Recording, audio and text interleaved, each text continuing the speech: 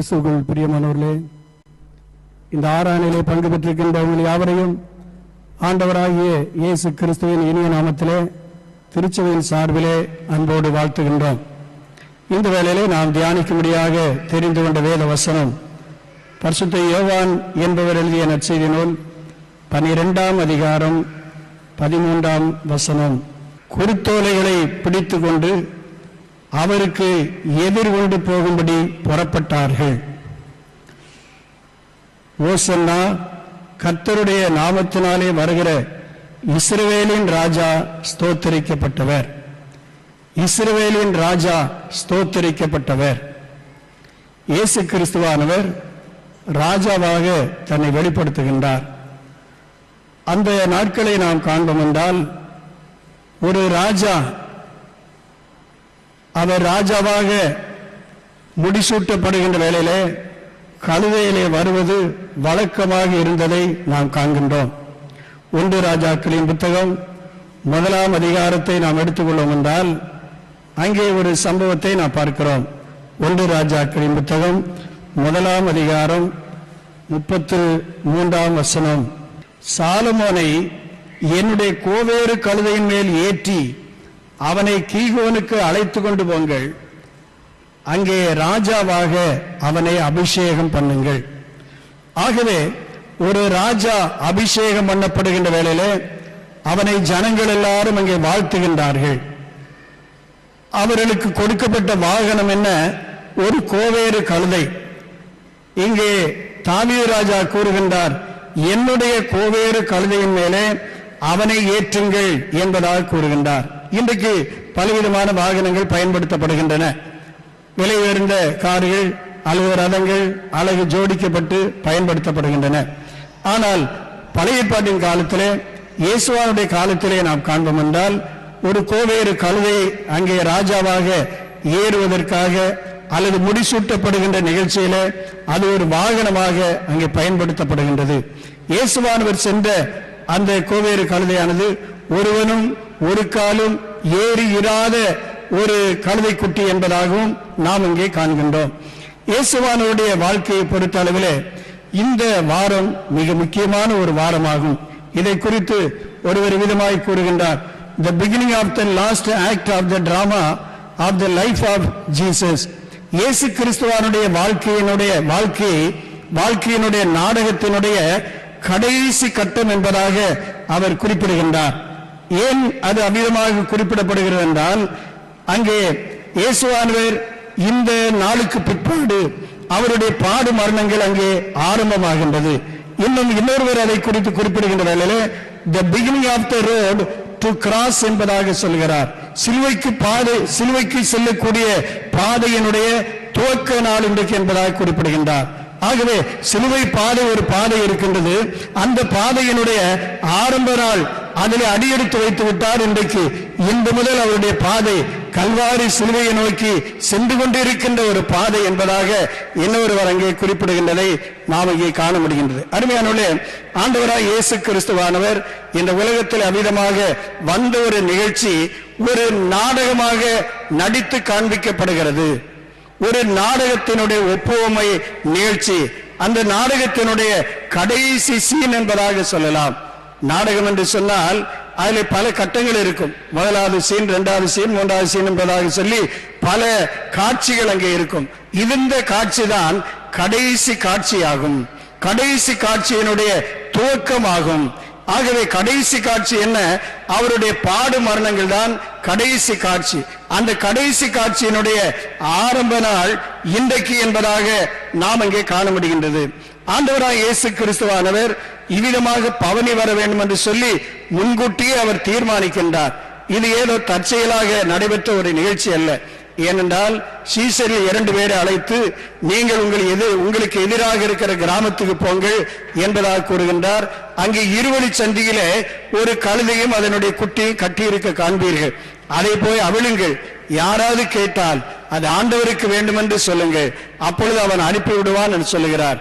அதே போன்று இருவழி சந்தியிலே கட்டப்பட்டிருக்கிற கழுதை குட்டி அவிழ்க்கிறார்கள். அது ஆண்டவருக்கு வேண்டும் என்று அவர் வந்து கேட்கிறாள். இங்கே இருந்தவர்கள் இது ஆண்டவருக்கு வேண்டும் என்று சொன்னவுடனே அவர்கள் மறுப்பு தெரிவிக்காதபடி அதை அவிழ்த்து கொண்டு வருகின்றார்கள். அவிழ்த்து கொண்டு வந்து அதன் மீது வஸ்திரங்களை போடுகிறார்கள். இயேசுவை அதன் மீது ஏற்றினார்கள். அங்கே ஓசன்னா ஓசன்னா என்பதாக கைகளிலே குருத்தோலைகளை பிடித்துக் கொண்டு பெத்தானியா என்ற கிராமத்திலிருந்து எருசலேம் என்ற அந்த நகரத்தை நோக்கி இந்த மாபெரும் பவனி அங்கே சென்று கொண்டே இருக்கின்றது. அருமையானவர்களே, அந்த நாளை தான் இன்றைக்கு நாம் நினைவு கூறுகின்றவர்களாக இருக்கிறோம். அதுதான் ஒரு இவ்விதமாக பாடுகின்றார். ராஜா வருகிறார் ஆயத்தமாவோம், இயேசு வருகிறார் எதிர்கொண்டு செல்வோம். படிவாகலாம். ராஜா வருகிறார் ஆயத்தமாவோம், இயேசு வருகிறார் எதிர்கொண்டு செல்வோம். ராஜா வருகிறார் ஆயத்தமாவோம், இயேசு வருகிறார் எதிர்கொண்டு செல்வோம். இங்கே ராஜா வருகிறார், அவருக்கு எதிர்கொண்டு செல்ல வேண்டும். இதே போன்று மத்தேயு 25ஆம் அதிகாரத்தில் ஒரு நிகழ்ச்சி அங்கே சொல்லப்படுகிறது. மணவாளன் வருகிறார், அவருக்கு எதிர்கொண்டு போங்கள் என்பதாக சொல்லப்படுகிற ஒரு சத்தம் அங்கே கேட்டது என்பதாக நாம் காண்கிறோம். அருமையானவர்களே, ஆண்டவராய் இயேசுவானவர் ராஜாவாக இந்த உலகத்திலே வருகின்றார். ஏன் அவர் ராஜாவாக தன்னை காண்பிக்கின்றார்? அன்றைக்கு இருந்த யூத சமுதாயத்தை நாம் பார்ப்போம் என்றால், இந்த யூத சமுதாயம் ரோமர்களுக்கு அடிமைப்பட்டு வாழ்கின்றார்கள். தாவீது ராஜாவினுடைய காலம் இஸ்ரவேல் மக்களுக்கெல்லாம் ஒரு பொற்காலமாக விளங்கினது. அவனை சுற்றிலும் எங்கும் அமைதி இருந்தது. ஏனென்றால் இவன் யுத்தத்திலே வீரன், அவனை எதிர்ப்பதற்கு எந்த ராஜாவாலும் முடியாது. ஆகவே எல்லா இடங்களிலே ஒரு அமைதி அங்கே காணப்பட்டது. அந்த அமைதி என்ன? யுத்தத்தினாலே ஏற்படுகின்ற ஒரு அமைதி. இந்த ராஜாவுக்கு விரோதமாக போர் தொடுக்க போனால் நிச்சயமாக நம்மை அழித்து விடுவான் என்று எல்லாரும் பயத்தோடு ஒரு அமைதியான ஒரு நிலை அங்கே காணப்பட்டது. ஒரு சமாதான நிலை அங்கே காணப்பட்டது. அதன் பிற்பாடு சாலமோன் ராஜா வருகின்றான். சாலமோன் ராஜாவுடைய காலத்திலே ஓரளவு அமைதி காணப்படுகிறது. அதுவும் அவ்விதமாக தான், பயத்தினாலே. அதன் பிற்பாடு உள்ள அரசுகளை நான் பார்ப்போம் என்றால், இஸ்ரவேல் அரசு பிளவுபடுகின்றது, பிரிந்து போகின்றது. ராஜாக்கள் சரியில்லை. ஆகவே ராஜாக்கள் சரியில்லாதபடியினாலே ஜனங்கள் எல்லாம் சீர்கெட்டு போனார்கள். ஜனங்கள் தங்களுடைய இஷ்டம் போல நடக்க ஆரம்பித்தார்கள். அந்நிய ராஜாக்கள் வந்து இஸ்ரவேலை பிடித்துக் கொள்கின்றார்கள். ஆகவே இஸ்ரவேல் நாடு மற்றவர்களுக்கு அடிமை நாடாக அங்கே மாறினது என்பதாக நாம் காண்கிறோம். அதன் பிற்பாடு உள்ள காலங்களிலே அங்கே பல பேரரசுகள் அங்கே வருகின்றன. அந்த பேரரசுகளுக்கெல்லாம் பிற்பாடு ரோம பேரரசு அங்கே ஏற்படுகிறது. இந்த ரோமருடைய ஆட்சியிலே யூதர்கள் எல்லாம் அதிகமாக பாதிக்கப்படுகின்றார்கள். யூதர்கள் கொண்டு குவிக்கப்படுகின்றார்கள். எனவே இந்த யூத மக்களுடைய எண்ணமெல்லாம், எங்களுக்கு ஒரு ராஜா வேண்டும், எங்களை ஆளுவதற்கு ஒரு ராஜா தேவை. முன்பு சாலமோன், தாவீது இவர்களுடைய காலத்திலே இருந்த போதெல்லாம் இந்த யூத மக்கள் எவ்வளவு செழிப்பாக, எவ்வளவு மகிழ்ச்சியாக வாழ்ந்தார்கள். மற்றவர்கள் எல்லாம் அடக்கி நாங்கள் ஆண்டோமே. ஆனால் இன்றைக்கு எங்களிலே இருந்து ஒரு ராஜா தோன்ற வேண்டும் என்று சொல்லி அவர்கள் எதிர்பார்த்தார்கள். அந்த அடிப்படையிலே தான் இயேசுவானவர் யூதருக்கு ராஜாவாக வருகின்றார். ஆனால் இந்த ராஜா சற்று வித்தியாசமான ஒரு ராஜாவாக இருக்கின்றார். இந்த ராஜா அவர்கள் எதிர்பார்த்த ராஜா அல்ல. அவர்கள் எதிர்பார்த்தது என்ன? எங்களுடைய குலத்திலே, எங்களுடைய யூத இனத்திலே ஒரு ராஜா வருவார் என்றால் நாங்கள் அந்த ரோமர்களை நாங்கள் அடக்குவோம், ரோமருடைய ஆட்சியை நாங்கள் வீழ்த்துவோம், நாங்கள் யூதர்கள் எல்லாம் மேலோங்கி இருப்போம் என்ற எண்ணம் அவர்களுக்குள்ளே எழுந்தது. ஆனால் இயேசுவானவர் வந்ததனுடைய நோக்கம் என்ன? இந்த உலகத்திலே நான் ராஜ்யத்தை ஸ்தாபிப்பதற்கு வரவில்லை. அவரை பிடித்து ராஜாவாக்கும்படியாக முயற்சிக்கின்றார்கள். யூதருக்கு ராஜாவாக பிறந்தவர் எங்கே என்றுதான் அன்று சாஸ்திரிகள் அரண்மனைக்குள்ளே கேட்டுக்கொண்டே போகிறார்கள். அதே போன்று அநேக மக்கள் எல்லாம் கூடி இவரை எப்படியாவது நாம் ராஜாவாக்கி விட வேண்டும், ராஜாவாக்கி விட்டால் இவர் அற்புதங்களை செய்கின்றார், பல நன்மைகளை செய்கின்றார், பசியோடு இருக்கிற மக்களை எல்லாம் போஷிக்கின்றார். ஆகவே உணவு பஞ்சம் ஏற்படாது, நாட்டிலே வியாதி இருக்காது. இவரே ஒரு ராஜாவாக மாறிவிட்டால் உணவு பஞ்சம் இல்லாத, நோய் நொடி இல்லாத ஒரு அரசை அவர் ஸ்தாபிப்பார் என்று எண்ணிதான் அவரை ராஜாவாக்கும்படியாக முயற்சிக்கின்றார்கள். ஆனால் இயேசு அதை விரும்பவில்லை. இயேசு இந்த உலகத்திலே ஒரு ராஜாவாக வாழ்வதை, ராஜாவாக முடிசூட்டப்படுவதை இயேசு கிறிஸ்துவானவர் அங்கே விரும்பவில்லை. ராஜாக்கள் எல்லாம் சிம்மாசனத்தில் இருப்பார்கள், ஆனால் இவரோ வென்றால் சிலுவை என்கிற ஆசனத்தை அவர் தெரிந்து கொள்கின்றார். ராஜாக்கள் எல்லாம் தலையிலே கிரீடங்கள் சூட்டப்படுவார்கள், ஆனால் இந்த ராஜா வென்றால் முள்முடி அங்கே சூட்டப்படுகின்றார். ராஜாக்கள் எல்லாம் கையிலே செங்கோல் பிடித்திருப்பார்கள், ஆனால் இந்த ராஜா வென்றால் கையிலே பரியாச கோலை பிடித்திருக்கிறார். ராஜாக்கள் எல்லாம் அங்கே விலையுயர்ந்த ராஜ வஸ்திரங்கள் தரித்திருப்பார்கள், ஆனால் இவரோ வென்றால் சிவப்பான மேலங்கி தரித்து அதையும் அங்கே உரிந்து கொள்ளப்படுகின்றார். அருமையானோளே, அப்படிப்பட்ட ஒரு எளிமையான ஒரு ராஜாவாக இந்த உலகத்தில் வந்தார். ஆகையினாலேதான் இந்த மக்களாலே இவர் ஒரு ராஜா என்பதை அவர்களாலே புரிந்து கொள்ள முடியவில்லை. ஒரு ராஜா என்றால் அந்த ராஜாவுக்குரிய அந்த ஆளுகைக்குரிய அந்த தன்மை, அதிகாரம் இவையெல்லாம் இவரிடத்தில் இல்லையே என்பதாக மக்கள் அங்கே எண்ணினார்கள். ஆனால் இயேசுவானவர் இந்த கோவேறு கழுதையிலே ஏறி அவர் புறப்பட்டு வருகின்ற வேளையிலே எல்லாரும் அவருக்கு எதிர்கொண்டு போகின்றார்கள். இஸ்ரவேலின் ராஜா, கர்த்தருடைய நாமத்தினாலே வருகிற இந்த ராஜா ஸ்தோத்தரிக்கப்பட்டவர் என்பதாக சொல்லி அன்றைக்கு அநேக ஆரவாரங்கள் எழும்புகின்றன, பாடல்களை பாடுகின்றார்கள். ஓசன்னா ஓசன்னா என்று பாடுகிறார்கள். இந்த ஓசன்னா என்றால் என்ன? ஆண்டவரே, எங்களை ரட்சியும், எங்களை ரட்சியும், நாங்கள் அடிமைத்தனத்தில் இருக்கிறோம், ரோமருடைய ஆதிக்கத்தில் இருக்கிறோம், எங்களுக்கு ஒரு விடுதலையை தாரும், எங்களுக்கு ஒரு மீட்பை தாரும், எங்களை இந்த அந்நியருடைய பிடியிலிருந்து, அந்நியருடைய ஆதிக்கத்திலிருந்து எங்களை எல்லாம் ரட்சியும் என்பதாக யூத மக்கள் எல்லாம் கதறுகின்றார்கள். அருமையானோலே, இன்றைக்கும் அதே கதறல் தான் கேட்டுக்கொண்டே இருக்கின்றது. இன்றைக்கும் இயேசு கிறிஸ்துவானவர் மூலமாக ரட்சிக்கப்பட வேண்டிய மக்கள், கோடிக்கணக்கான மக்கள் அங்கே வாழ்ந்து கொண்டே இருக்கின்றார்கள். ஆனால் இந்த ராஜாவை குறித்து பல ஆண்டுகளுக்கு முன்பு, 100 ஆண்டுகளுக்கு முன்பதாக சகரியா என்ற தீர்க்கன் முன்னுரைக்கின்றான். சகரியா 9ஆம் அதிகாரம் 9ஆம் வசனத்திலே இந்த வரப்போகிற ராஜாவை குறித்து அவர் கூறுகின்றார். என்ன கூறுகின்றார்? 9:9, சீயோன் குமாரத்தியே மிகவும் கலிகூறு, எருசலேம் குமாரத்தியே கம்பீரி, ஏன் உன்னுடைய ராஜா உன்னை தேடி வருகின்றார், உன்னிடத்தில் வருகின்றார், அவர் உன்னோடுதான் இருக்கின்றார், ஆனால் அதை நீ புரிந்து கொள்ளாமல் வாழ்கின்றாயே. இந்த ராஜா சாந்தமுள்ள ராஜா, நீதியுள்ள ராஜா, ஒரு தாழ்மையுள்ள ஒரு ராஜா, இவர் ரட்சிக்கிற ராஜா என்றெல்லாம் சகரியா தீர்க்கன் அங்கே முன்னுரைக்கின்றதை நாம் அங்கே காண்கின்றோம். அருமையானோளே, ஆகவே இந்த ராஜா எப்படிப்பட்ட ஒரு ராஜா என்பதை 3 குறிப்புகள் மூலமாக நாம் தியானிப்போம். முதலாவதாக இந்த ராஜா எப்படிப்பட்ட ராஜா என்றால், Jesus is the sign, the king of peace என்பதாக சொல்லலாம். சமாதானத்தினுடைய அடையாளமாக இந்த ராஜா வருகின்றார். சமாதானத்திற்கு அடையாளம் இந்த ராஜா. பழைய பாட்டிலே நான் பார்க்கிறோம், ஒரு ராஜா குதிரையிலே ஏறி சென்றால் அவர் யுத்தத்திற்காக செல்கிறார். ஏனென்றால் குதிரை என்பது வலிமை வாய்ந்தது, அது படைகளிலே பயன்படுத்தக்கூடியது. யுத்தத்திற்கு அணிவகுத்து குதிரைகள் அங்கே நிற்கும். ஆனால் இங்கே இந்த ராஜா எதிலே பவனியாக போகின்றார்? அங்கே கழுதையின் மீது அவர் போகின்றார். ஆகவே கழுதை என்பது சாந்தமுள்ள ஒரு பிராணி, அமைதியான ஒரு பிராணி. ஆகவே அமைதியின் சின்னமாக, சாந்த சொரூபியாக இயேசு கிறிஸ்துவானவர் சமாதானத்திற்கு அடையாளமான ஒரு ராஜாவாக அவர் அங்கே சென்றார். இந்த சமாதானம் எப்படி ஏற்படுத்துவது? அன்றைக்கு பழைய பாட்டிலே நான் பார்ப்போம் என்றால், யுத்தங்கள் நடைபெற்ற உடனே எங்கும் ஒரே அமைதி அங்கே காணப்படுகிறது. அமைதி யுத்தத்தினாலே ஏற்படக்கூடிய ஒரு சமாதானம். ஏனென்றால் பயத்தினாலே சமாதானமாக வாழுகின்றது போன்ற ஒரு நிலையை உருவாக்க முடியும். எந்த ஒரு நாட்டிலும் அடக்குமுறைகள் அதிகமாக இருந்தால் சமாதானமான ஒரு சூழ்நிலை போன்று அங்கே காணப்படும். நம்முடைய நாட்டிலே பல ஆண்டுகளுக்கு முன்பதாக அமிதமான ஒரு நிலை அங்கே இருந்ததை நாம் அறிவோம்.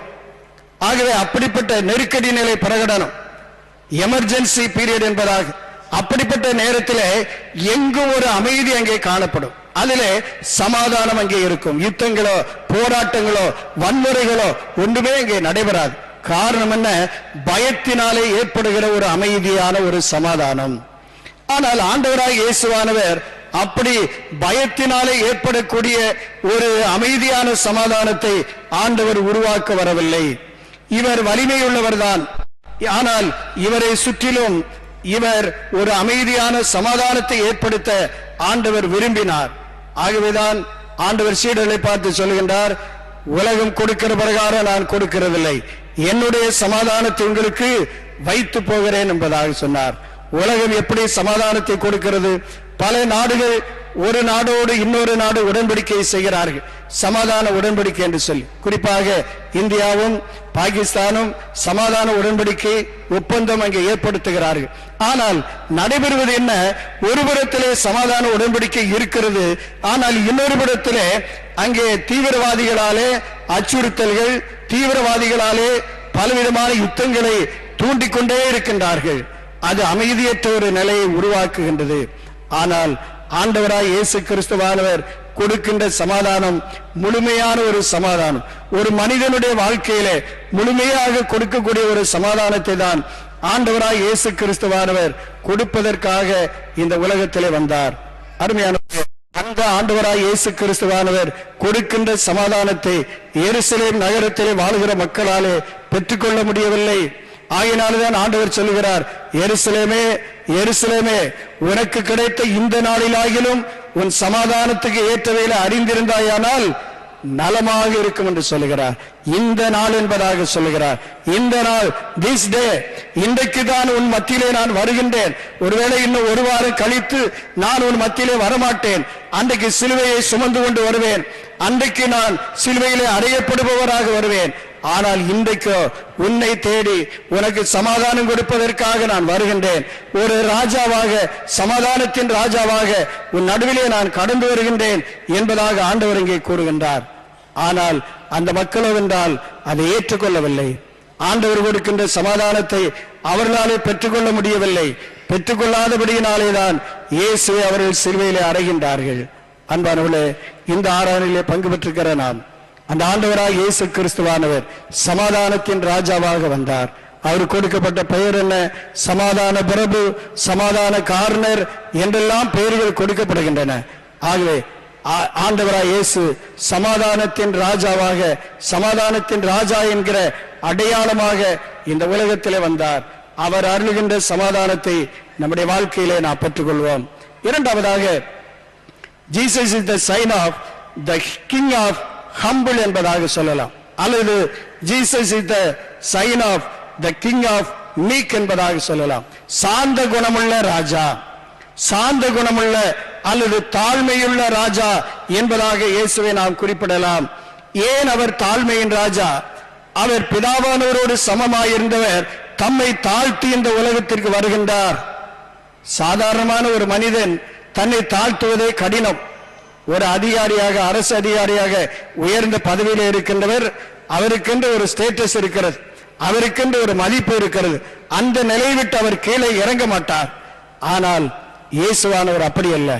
சகல அதிகாரம் உடையவர், பிதாவானவரோடு சமமாயிருந்தவர், தன்னை வெறுமையாக்கி தன்னை தாழ்த்தி இந்த உலகத்திற்கு அவர் வந்தார் என்பதாக நாம் பார்க்கின்றோம். ஆகவே தன்னை தாழ்த்தி தாழ்மையின் ரூபமாக இந்த உலகத்திற்கு அவர் அவதரிக்கின்றார். ஒரு மனித ரூபமாக அவர் வருகின்றார். தேவனோடு சமமாயிருந்தவர், இறைவனுக்கு ஒப்பாக இருந்தவர், அவர்களிலே ஒருவராக, மூவரில் ஒருவராக இருந்தவர். இந்த உலகத்திற்கு அவர் மனித சாயலாக வந்து தம்மை தாழ்த்துகின்றார், தம்மை வெறுமையாக்குகின்றார். ஆகவே தாழ்மையின் ராஜாவாக அவர் அங்கே தாழ்மையின் ராஜாவாக இந்த உலகத்திற்கு அவர் வெளிப்படுத்துகின்றார். அருமையானவர்களே, இயேசு கிறிஸ்துவானவர் காட்டின அந்த தாழ்மையை நாமும் பின்பற்றும்படியாக அழைக்கப்படுகின்றோம். ஆண்டவர் எந்த அளவுக்கு தன்னை தாழ்த்த முடியுமோ அந்த அளவுக்கு தாழ்த்துகின்றார். சீடர்களோடு விருந்து ஆசரிக்கின்ற வேளையிலே தன்னை ஒரு வேலைக்காரனை போல தாழ்த்துகின்றார். வேலைக்காரனை போல அறையிலே சேலையை கட்டிக்கொண்டு சீடருடைய கால்களை எல்லாம் கழுவி அங்கே துடைத்தார் என்பதாக நான் பார்க்கிறோம். ஒரு குஷ்டரோகியுடைய வீட்டிலே சென்று அவர் பந்தி இருக்கின்றார். அவரை பார்க்கிறவர்கள் எல்லாம் கேட்கிறார்கள், இவர் என்ன ஆயக்காரனோடும் பாவிகளோடும் போஜனம் பண்ணுகிறாரே, பாவிகளோடு ஐக்கியம் கொள்ளுகிறாரே என்று அவர்கள் குறிப்பிட்டார்கள்.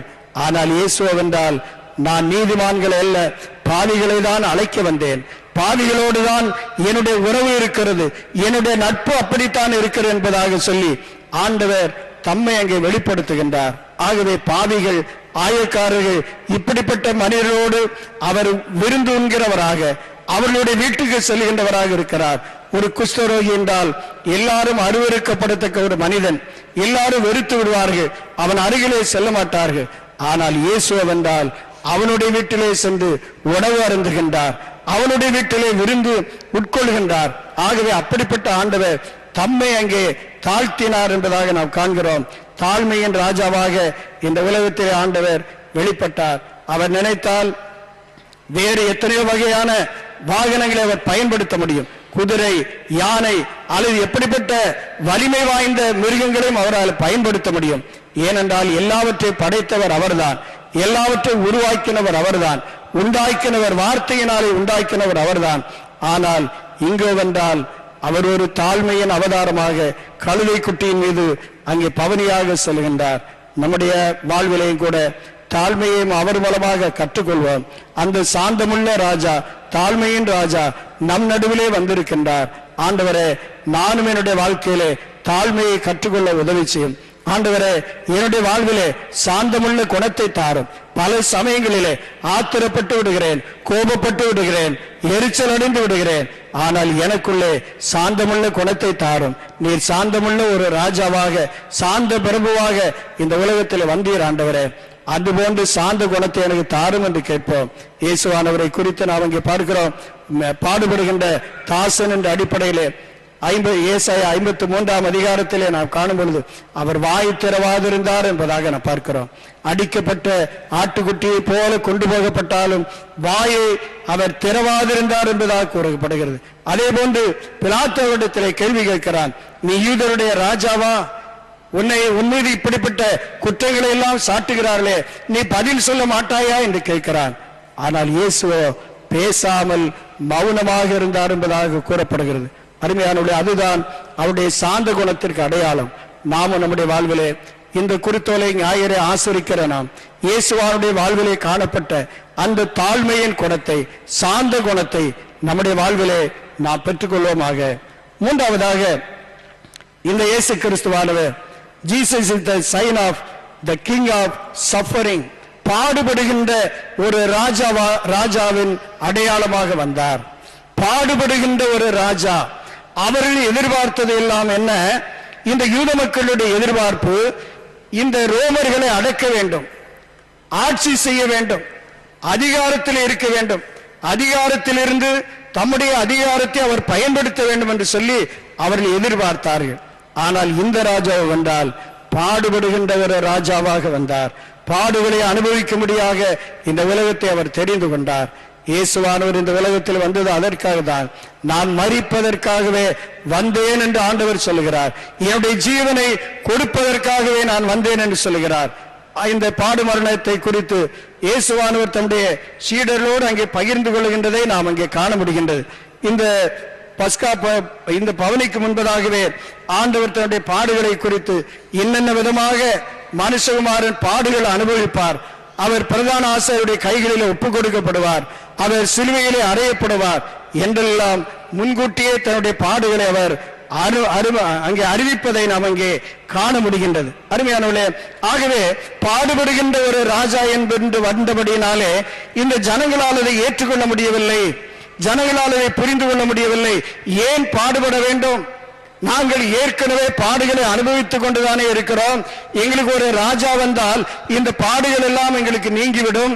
இந்த ரோமராலே ஏற்படுகிற பாடுகள், நிந்தனைகள், துன்பங்கள் எல்லாம் மாறி போகும் என்று எண்ணிதானே எங்களுக்கு ராஜா வேண்டும் என்று நாங்கள் வேண்டினோம். ஆனால் இந்த ராஜாவோ அவரும் சேர்ந்து பாடுகளை அனுபவிக்கிறாரே என்பதாக சொல்லி ஜனங்கள் அவரை தவறாக இங்கே புரிந்து கொண்டார்கள். ஆனால் இயேசு கிறிஸ்துவானவர் வந்தால் பாடுபடுகின்ற ஒரு ராஜாவாக இந்த உலகத்தில் வந்தார். எதற்காக பாடுபட வேண்டும்? அங்கே எபிரேயர் 13ஆம் அதிகாரம் 12ஆம் வசனத்திலே நான் பார்ப்போம் என்றால் இந்த ராஜா எதற்காக பாடுபடுகின்றார்?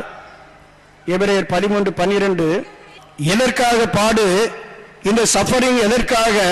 Suffering to purify the people, ஜனங்களை எல்லாம் பரிசுத்தப்படுத்துவதற்காக பாடுகளை ஏற்றுக்கொள்கிறார்.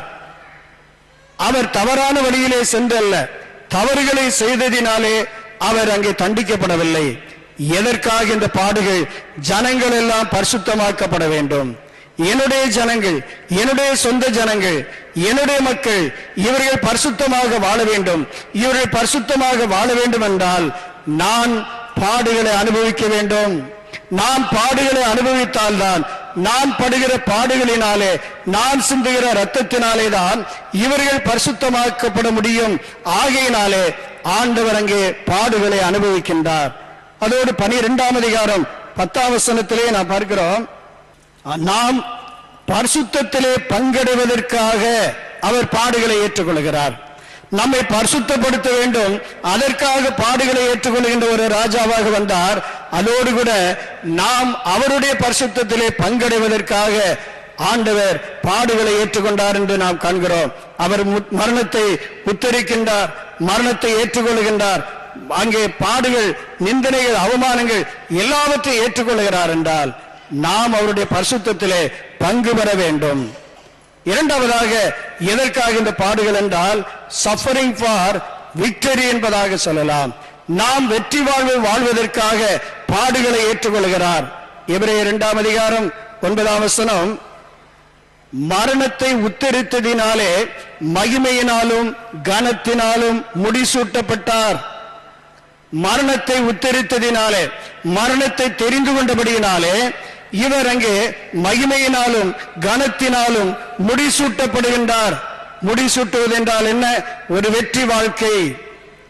ஆகவே பாடுகள் மூலமாக இயேசு கிறிஸ்துவானவர் ஒரு வெற்றி வாழ்வை சம்பாதிக்கின்றார். அதைதான் கொலோசியர்களே கடிதத்திலே நான் பார்க்கிறோம். அவர் சிலுவையிலே வெற்றி சிறந்தார் என்பதாக அங்கே சொல்லப்படுகிறது. தீமையின் மீது, பாவத்தின் மீது, பிசாசின் மீது, மரணத்தின் மீது எல்லாம் அவர் வெற்றி கண்டார். ஆகவே இங்கே ஒரு யுத்தம் நடைபெறப் போகிறது. இந்த யுத்தத்திலே வெற்றி காண்பவர் இயேசு கிறிஸ்து தான். அவரை பகைத்தவர்கள் எல்லாம் எண்ணினார்கள் சிலுவையிலே அறைந்தபடியினாலே அவர் தோல்வியடைந்தார் என்று சொல்லி. ஆனால் அப்படி அல்ல, அவர்கள் தான் தோற்று போனார்கள். இயேசு கிறிஸ்துவானுடைய சிலுவை வெற்றி சிறந்த ஒரு சிலுவையாக, மனுக்குலத்திற்கு மீட்பை வழங்கின ஒரு சிலுவையாக, உயிர்த்தெழுதலின் சிலுவையாக அங்கே விளங்கினது. ஆகவே ஆண்டவர் சிலுவையின் மூலமாக வெற்றி சிறக்கின்றார், தன்னுடைய பாடுகளின் மூலமாக வெற்றி அடைகின்றார். அந்த வெற்றி அடைந்தபடியினாலே எதிரிகள் எல்லாம் தோற்கடிக்கப்பட்டார்கள், எதிரிகள் எல்லாம் வெட்கமடைந்தார்கள் என்பதாக நாம் பார்க்கிறோம். அருமையானவர்களே, அதற்கு அடையாளமாக தான் குருத்தோலையை கையிலே பிடிக்கின்றோம். வெற்றி சின்னம், வெற்றிக்கு அடையாளமாக கைகளிலே குருத்தோலைகளை நாம் பிடிக்கின்றோம். வெளிப்படுத்தின விசேஷத்திலே அதை நாம் காண்கிறோம். கைகளிலே குருத்தோலைகளை பிடித்துக் கொண்டு ஆட்டுக்குட்டியானவருக்கு முன்பாக, சிங்காசனத்தின் முன்பாக திரளான ஜனங்கள் நிற்கிறார்கள் என்றால் அதனுடைய பொருள் என்ன? ஒரு வெற்றி வாழ்க்கை, ஒரு வெற்றி பவனிலே ஈடுபடுகின்றார்கள். நாமும் கூட இந்த குருத்தோலை ஞாயிறை ஆசிரிக்கிற நாம் நம்முடைய வாழ்விலே ஒரு வெற்றி பவனியை காணப்பட வேண்டும், ஒரு வெற்றியுள்ள ஒரு வாழ்க்கை காணப்பட வேண்டும். நான் மரணத்தை ஜெயித்தேன், பாவத்தை ஜெயித்தேன், பிசாசை ஜெயித்தேன், இயேசு எனக்கு வெற்றி வாழ்வை தந்திருக்கிறார் என்ற அந்த நிச்சயத்தோடு வாழும்படியாக நாம் இங்கே அழைக்கப்படுகின்றோம். மூன்றாவதாக இந்த பாடுகள் எதற்காக என்றால் சஃபரிங் ஃபார் எட்டர்னிட்டி, அதாவது நித்தியமான ஒரு வாழ்வை நமக்கு தருவதற்காக இயேசு இந்த பாடுகளை ஏற்றுக்கொள்கிறார். ராஜாவாக இந்த பாடுகளை ஏற்றுக்கொள்கிறார். ஒரு ராஜா என்றால் அவருக்கென்று ஒரு ராஜ்யம், அவருக்கென்று ஒரு ஆளுகை இருக்கும். அதே போன்று இந்த ராஜாவினுடைய ஆளுகை நித்தியமான ஒரு ராஜ்யத்தின் ஆளுகையாகும். ஆகவேதான் சீடரிடத்தில் ஆண்டவர் சொன்னார், என்னுடைய ராஜ்யம் இந்த உலகத்திற்குரியது அல்ல, நான் உங்களுக்காக ஒரு ராஜ்யத்தை நான் ஸ்தாபிக்க போகிறேன், உங்களுக்காக ஒரு ராஜ்யத்தை நான் ஆயத்தம் பண்ணி வைத்திருக்கிறேன். அந்த ராஜ்யத்தில் நீங்கள் நியாயம் தீர்க்கிறவர்களாக இந்த 12 பேரும் உட்காருவீர்கள் என்று ஆண்டவர் அங்கே சொன்னார். அன்பானவர்களே, ஆண்டவர் நித்தியமான ஒரு ராஜ்யத்தை ஏற்படுத்துவதற்காக அந்த பாடுகளை ஆண்டவர் ஏற்றுக்கொண்டார். இந்த வாசல் வழியாக, சிலுவை என்கிற வாசல், மரணம் என்கிற வாசல், இந்த வாசல் வழியாக இயேசு கிறிஸ்துவானவர் நித்திய வாழ்வு என்று சொல்லப்படுகிற அந்த வாழ்வை நமக்காக ஏற்படுத்தி வைத்திருக்கிறார். எனவே குருத்தோலை ஞாயிறை ஆசிரிக்கிற நாம் நம்முடைய வாழ்க்கையிலே இயேசு கிறிஸ்துவானவர் சமாதானத்தின் அடையாளமான ஒரு ராஜாவாக உலகத்தில் வந்தார். ஆண்டவரே, என்னுடைய வாழ்க்கையில் அந்த சமாதானத்தை தார், என்னுடைய குடும்பத்தில் அந்த சமாதானத்தை தாரும். இன்னும் என்னுடைய குடும்பம் உடைந்து போய் கிடக்கின்றது. என்னுடைய குடும்பத்திற்குள்ளே பகைகள் இருக்கின்றன, கசப்புகள் இருக்கின்றன. ஆண்டோரு கையிலே குருத்தோலைகளை பிடித்துக் கொண்டு பவனியாக நான் வருகின்றேன், இயேசு சமாதானத்தின் ராஜா என்று சொல்லி நான் வருகின்றேனே, ஆனால் இன்னும் என்னுடைய வாழ்க்கையிலே, என்னுடைய குடும்பத்திலே, என்னுடைய திருச்சபையிலே முழுமையான ஒரு சமாதானம் இல்லையே ஆண்டவரே. அந்த சமாதானத்தை இன்றைக்கு தாரும், இன்றைக்கு தாரும் ஆண்டவரே. இந்த ஆண்டவரிடத்திலே கேட்போம். ஆண்டவர் நிச்சயமாகவே அந்த சமாதானத்தை, மெய்யான சமாதானத்தை நமக்கு தருவார். இரண்டாவதாக, இயேசு கிறிஸ்துவானவர் ஒரு தாழ்மையின் ராஜாவாக, சாந்தமுள்ள ராஜாவாக வந்தார். ஆண்டவரே, என்னுடைய வாழ்விலே அந்த தாழ்மையின் குணத்தை தாரும், அந்த சாந்த குணத்தை தாரும். இன்னும் எனக்குள்ளே சாந்த குணம் இல்லை, அந்த பொறுமை இல்லை. எதற்கெடுத்தால் எரிச்சல், கோபம், ஆத்திரம் இவைதான் என்னுடைய உள்ளத்திலே பொங்கி வருகின்றன. ஆகவே சாந்தமுள்ள ஒரு குணமாக என்னை மாற்றும் ஆண்டவரே. நீர் சாந்த சொருபியாக வாய் திறவாமல் மௌனமாக நின்றீரே. உம்மீது பல குற்றச்சாட்டுகள் சொல்லப்பட்ட வேளையிலும் அமைதியாக நின்றீரே ஆண்டவரே. எனக்கும் அந்த அமைதியான, அந்த சமாதானமான ஒரு வாழ்வை, அந்த சாந்தமுள்ள குணத்தை, தாழ்மையின் குணத்தை தாரும் என்று கேட்போம். ஆண்டவர் நிச்சயமாகவே தருவார். ஆண்டவராய் இயேசு கிறிஸ்துவானவர் ஒரு வெற்றியின் அடையாளமாக, பாடுபடுகின்ற ஒரு ராஜாவாக வந்தார். ஆண்டவரே, கிறிஸ்துவுக்காக பாடுகளை அனுபவிப்பதற்கு நானும் ஆயத்தமாக இருக்கிறேன், என்னை அர்ப்பணிக்கிறேன். ஆண்டவரே, நீர் பாடுபடுகின்ற ராஜாவாக இந்த உலகத்தில் வந்து ஜனங்களை எல்லாம் பரிசுத்தப்படுத்துவதற்காக பாடுகளை ஏற்றுக்கொண்டீர். அந்த பரிசுத்தத்திலே ஜனங்கள் பங்கடைவதற்காக நீர் பாடுகளை ஏற்றுக்கொண்டீர். ஜனங்களுக்கு ஒரு வெற்றி வாழ்வை கொடுப்பதற்காக பாடுகளை ஏற்றுக்கொண்டீர். ஆகவே நானும் அவ்விதமாக பாடுகளை சகித்து ஒரு வெற்றி வாழ்க்கை வாழ என்னை அர்ப்பணிக்கிறேன் என்று சொல்லி ஆண்டவருடைய சமூகத்திலே அர்ப்பணிப்போம். நிச்சயமாகவே இந்த குருத்தோலை ஞாயிறினுடைய அந்த ஆசீர்வாதம் நம் அனைவருடைய வாழ்விலையும் நிரம்பி வழிவதாக. இதோ உன்னுடைய ராஜா உன்னிடத்துக்கு வருகிறார், அவரை எதிர்கொண்டு சந்திக்க ஆயத்தமாயிரு.